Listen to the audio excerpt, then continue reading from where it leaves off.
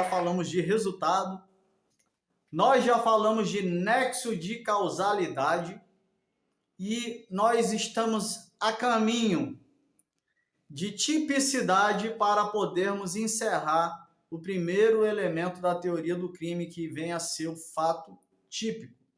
Hoje nós vamos resolver uma questão típica de OAB e de carreira policial ou de tribunais, para que os senhores tenham noção de como o nexo de causalidade é cobrado nas provas.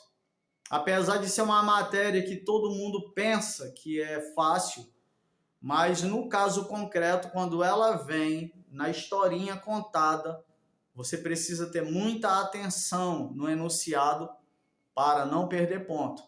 Ok, senhores? Vamos para o quadro. Resolvendo aqui a questão sobre nexo causal. Carlos, dirigindo de forma imprudente e alcoolizado, atropelou Thales na via pública, que se feriu gravemente. Thales foi socorrido por Carlos e levado ao hospital.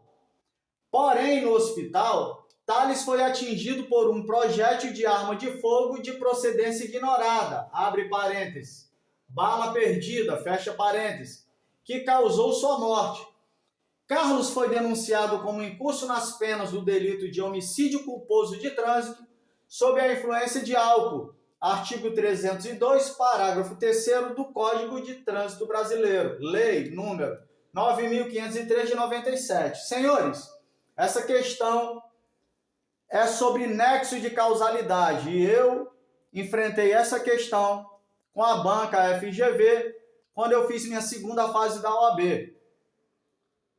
No item A, ela pede qual seria a tese de defesa de Carlos.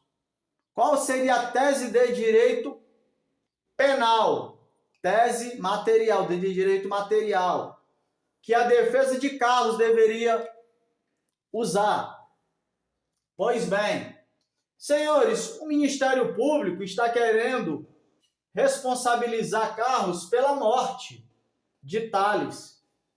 Mas a conduta de Carlos,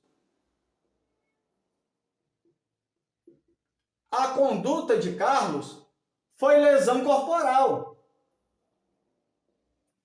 Ele praticou lesão, se feriu gravemente, ele praticou lesão corporal na condução de veículo automotor com a sua capacidade psicomotora alterada por substância. Artigo 303, parágrafo 2º do Código de Trânsito Brasileiro. Esta é a conduta de Carlos. Mas o resultado morte de Thales não se deu por causa do atropelamento, se deu por causa da bala perdida. Está aqui no enunciado, causou-lhe a morte. Resultado morte de Thales. Logo, a defesa, o advogado de Carlos, tem que fazer aqui um trabalho técnico para mostrar no processo que Carlos ele só deve responder pelos atos que ele praticou. Atos antes praticados. Antes de quê? Antes do resultado. Não foi ele que causou o resultado. E nós vamos mostrar aqui se há nexo ou não. Perguntaria para os senhores: a bala perdida atingiu Thales antes da conduta de Carlos atropelar Thales? Não. Então não é uma concausa pré-existente. Pergunta aos senhores: a bala perdida atingiu Thales no mesmo momento do atropelamento? Também não. Então não é uma concausa concomitante. Pergunto novamente aos senhores: a bala perdida atingiu Thales depois do atropelamento? Sim. Logo, nós já temos a convicção de que trata-se de uma concausa superveniente.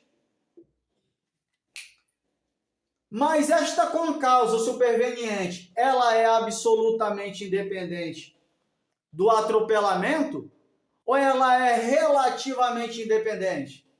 Ela é relativamente independente porque Thales foi atingido pela bala perdida no hospital. E Thales só estava no hospital por conta do atropelamento. Então tem uma certa ligação com o atropelamento. Logo, é uma concausa relativamente independente superveniente. Ok, senhores? Taurino, como é que a Fundação Getúlio Vargas, na OAB, quer que responda essa questão de forma dissertativa? Ela vai querer que você escreva um texto dizendo que Carlos só deverá ser responsabilizado pelos atos antes praticados.